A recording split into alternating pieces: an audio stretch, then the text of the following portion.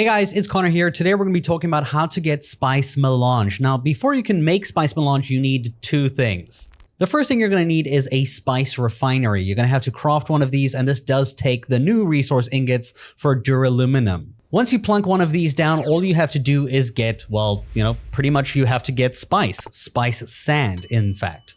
Now you can get this in two ways. You can get this in the PvP area, the deep desert, or you can even get this in Hugga Basin, but oftentimes it's only going to be a little bit over 500 per yield. Now that might sound like a lot. It's really not. The next thing you need is an industrial static compactor, or at least the highest quality one you can get. I don't recommend using the base one. It sucks. You got to get this one over here so that you can pull bigger piles of sand and loot it in quicker goes. This one should be very easy for you to get if you've already made the spice refinery. Now, all you gotta do is look for the purple circles of spice sand within the desert. Now, this can be in Hugga Basin. You'll often know that this has spawned when you hear that big, like, shockwave boom.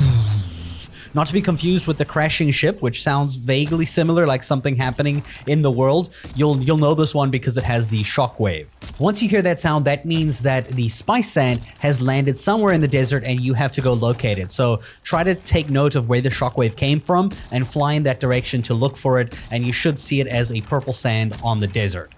And then quite simply, all you need to do is land near it. Make sure you have your static compactor. Don't have your shield or anything on. You don't want to attract the worm. In my case, in this footage here, the worm is disabled again. So like it was really great for me to farm spice sand right now. But usually do expect the worm to be around. So if that bar for the worm goes red, get into your ornithopter and fly up and, wait until it moves away. And then you can fly back down and keep collecting it. Alternatively, you can also go to the deep desert where you can find even bigger ones, like huge piles, like bigger than the flour sand amounts that we see in Hugga Basin. You can also find the smaller ones in the deep desert as well, like I found one over here.